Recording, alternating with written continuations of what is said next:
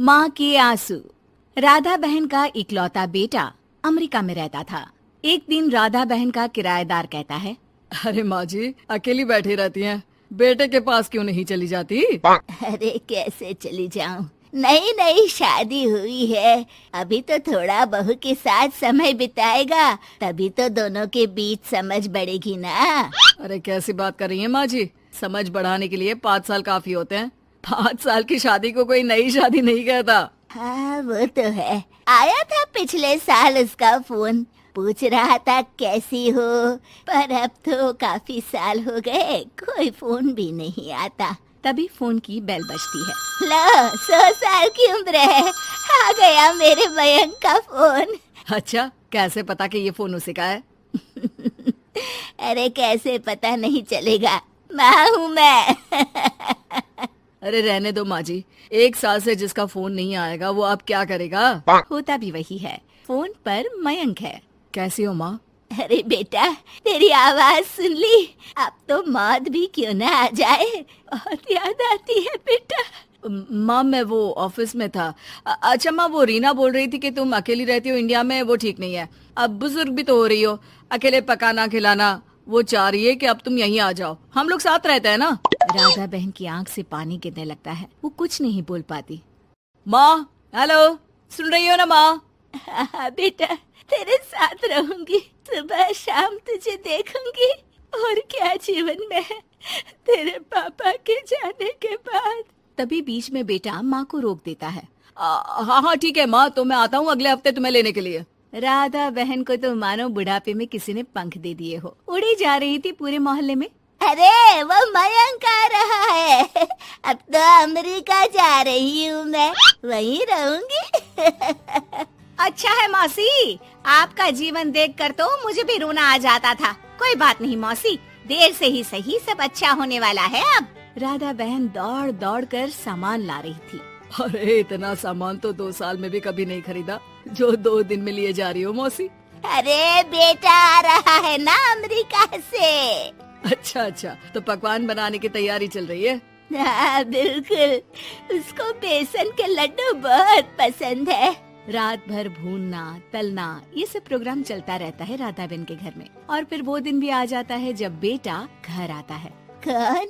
माँ मैं मयंक, ये घर का क्या हाल बना रखा है, न सफाई न धुलाई, कैसा लग रहा है ये घर? घर तो ऐसा ही था बेटा हमेशा से, बस तू थोड़ा कमजोर लग रहा है। क्या हुआ बेटा? ये कमजोर नहीं फिट होता है माँ। वैसे और बता क्या हाल है तेरे? बेटे के मुंह से हाल पूछने का अंदाज भले ही फॉर्मेलिटी वाला हो, लेकिन राधा बहन की आंख फिर भर आती है। अरे यार ये तुम्हारी हर बात पर रोने की आदत न जाने कब जाकर खत्म होगी। सही कहती है रीना तुम्हारे लिए। रीना बहू क्या कहती है मेरे लिए? यही के बस यही एक आदत है तुम्हारी माँ की, इमोशनल ब्लैकमेल। अरे यार अब इसमें रोने की क्या बात है? ना कुछ नहीं, बहुत दिन बाद तो घर आया ना तो क्या रोएगी? हाँ क्यों? अच्छा ये ले, तेरे लिए रात भर बैठकर ये बेसन के लड्डू बनाए हैं, और ये अचार तुझे बहुत पसंद है ना? पसंद है नहीं माँ, पसंद थे।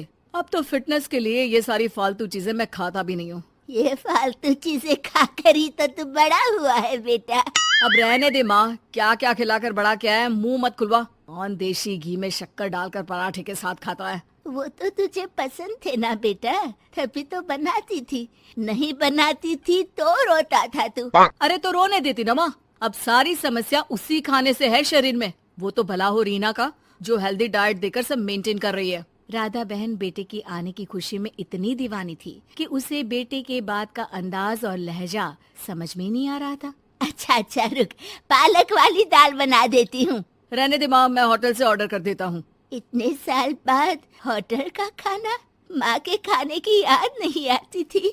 अरे माँ फिर इमोशनल डायलॉग, प्लीज माँ। अच्छा सुन, बहुत कम वक्त है हम लोगों के पास, जल्दी जल्दी सारी पैकिंग कर ले। और हाँ, इस घर को बेचना होगा। कैसी बात कर रहा है? तेरे पापा और मैंने एक एक पाई जोड़कर इस मकान को बनाया था। हाँ पर तू जा रही है ना, फिर कौन मेंटेन करेगा? कैसे क्या होगा माँ, मैं तो अब इंडिया आऊंगा भी नहीं। बेटा तो सो जाता है, लेकिन माँ घर का एक एक कोना घूम घूम कर देखती है।